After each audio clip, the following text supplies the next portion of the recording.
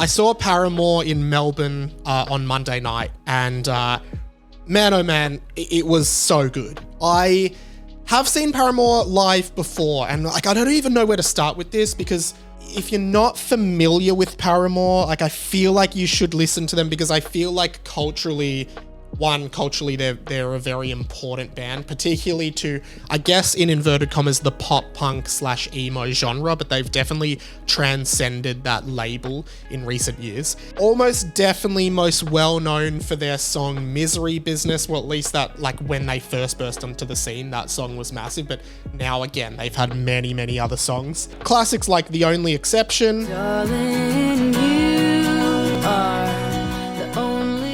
are more recently, songs like Hard Times. Gonna make you wonder why you even try. And of course, Still Into You. Should be over all the butterflies. And their most recent kind of hit single, I guess, is This Is Why. This is why I don't leave the house, you say. Fronted by Hayley Williams, who is a fantastic singer and performer who has 2 really good solo albums as well. They kind of formed in America in, I want to say, like the mid-2000s, and they had their first breakthrough album was called Riot, which I'm again going to estimate came out around 06-07, which featured Misery Business. They did have an album before that. I think it was called All We Know Is Falling, but it definitely didn't sort of burst out commercially, which is kind of common.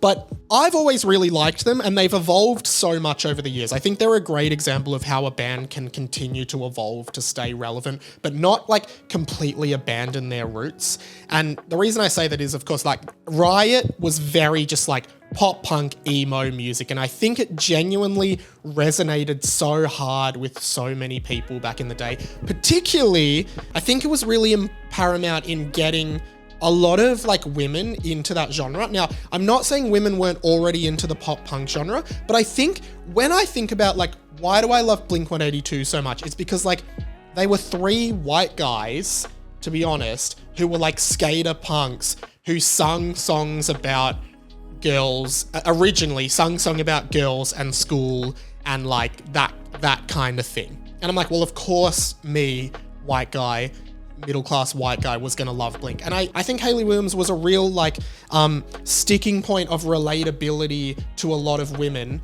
and men, but like I think you guys know what I'm saying. And like the same way that a lot of young boys loved Blink-182 because they were so relatable. I think Hayley is very relatable as well. They then did an album in 2009 called Brand New Eyes, which to me was just a follow-up. It was just another pop punk record. Then I'm going to say 2013, they put out a self-titled album that was just called Paramore. And they had a lot of internal turmoil, I guess, at that point, in which several band members left. There was a lot of in-band fighting, which seems to happen with a lot of bands.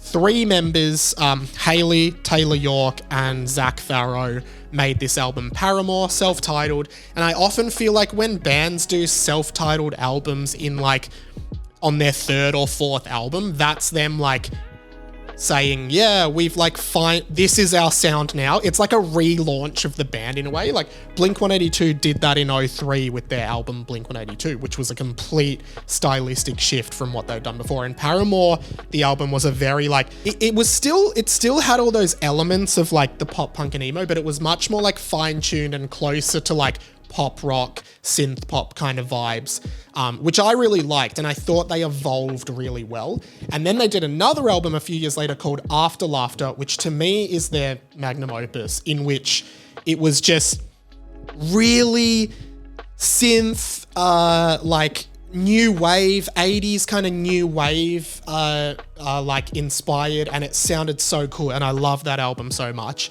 And then they did This Is Why, which is more stripped back and a little bit more like post-punk. Anyway, their music is really cool. I actually saw them live at Soundwave here in Melbourne in 2013. I saw them, so that was 10 years ago. 10 years flies by really fast. When I saw them in 2013, they had just put out that self-titled album. Now they've put out 2 more albums and they're massive. The live show was amazing. I love just playing it. Like, obviously it doesn't sound incredible, but here is Misery Business live in Melbourne on Monday night.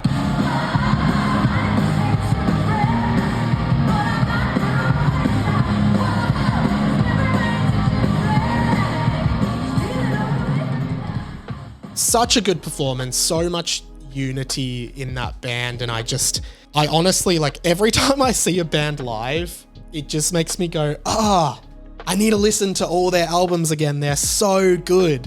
And the crowd was just absolutely loving every song. Again, their reinvention, or not their reinvention, but their development as a band while never spitting on their roots. Like, they didn't radically shift. They just evolved over time, which I think is like, that's my favorite part about listening to a band's discography, is just hearing their sound grow and develop over time. And sometimes there's a curveball and it doesn't quite hit for just bands in general. Sometimes they just try so radically to change their style, and I think it's just too soon as a listener. Like, whereas Paramore feels like, particularly in that sort of 4-album run of Riot, Brand New Eyes, Paramore, and After Laughter, there's a straight line of growth. There's not one where it's like, oh, that's weird, now let's go back. Like, and that's why I think This Is Why that album feels like they're at a point where stylistically they're not afraid to just try anything, and I like that about them. And I've always really enjoyed Hayley Williams' solo work as well. The other thing they did, which I thought was really special, and I don't always love when bands do this, but I think Paramore did it right, is they brought 2 people up to sing Misery Business, the last chorus or the last kind of verse. And often I don't like it when bands do it, because to me it like makes one person in the crowd more special than everyone else, whereas everyone, regardless of how much money you paid, you've paid to be at the show, right? You love the band and you pay as much as you can for the best ticket you can get. Bringing someone on stage, I think, funnily enough, I remember the Wiggles saying in an interview once, like, we don't bring kids up on stage because we don't want the other kids to feel left out. And I think like that applies to grown-up bands as well. But they brought these 2 girls on stage. I'm going to estimate they were maybe 20, maybe even 18, 19, 20, I don't know.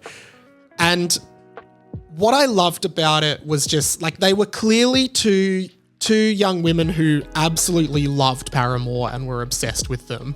And I remember having that passion when I was a kid. I remember at Soundwave 2013, Derek Whibley from Sum 41 was like, who wants to come up on stage? And I was like, please. Now I wouldn't want to go up on stage, really. But these 2 girls clearly loved it. They came on. Their excitement spread, I feel, to everyone else. You were just like, oh, this is awesome. And then they started singing it and they were just so into it. And I was like, this is such a happy, joyous, positive moment on stage right now that I am absolutely loving, and I thought it was amazing. Another interesting thing that happened at the Paramore concert though was, and I actually didn't even pick up on this. I must have zoned out for a bit because producer Pat sent it to me. I think during the song Hard Times, I think there was an issue with the pyrotechnics. So when Paramore was singing Hard Times on Monday in Melbourne, there was an issue with the pyrotechnics, and Hayley Williams then sang about someone is gonna get fired. They've done this to us every night. But she was just sing-songing it to the tune of the song, so it just sounded normal. So you can hear the pyro going off. Somebody is getting fired.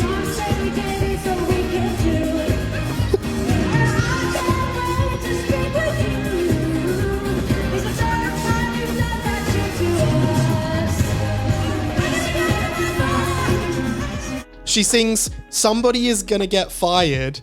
They've done that shit to us 3 times now. And I'm actually not sure if she's joking or not, because obviously like pyrotechnics can be really dangerous if not done right, and they are going off at the wrong cues. I'm not sure if the pyrotechnic operator is Paramore's staff or Rod Laver Arena, the venue staff. I don't know if I genuinely can't tell if she is joking here or not, because I do feel like if you're actually angry and someone is gonna get fired, it would be really cruel to do that. That's why I'm leaning towards she's just joking around and like making fun of a mistake. But I don't know. I don't know enough about live shows to know how this could possibly go wrong or happen. But yeah, I do find it interesting, like, that she did that.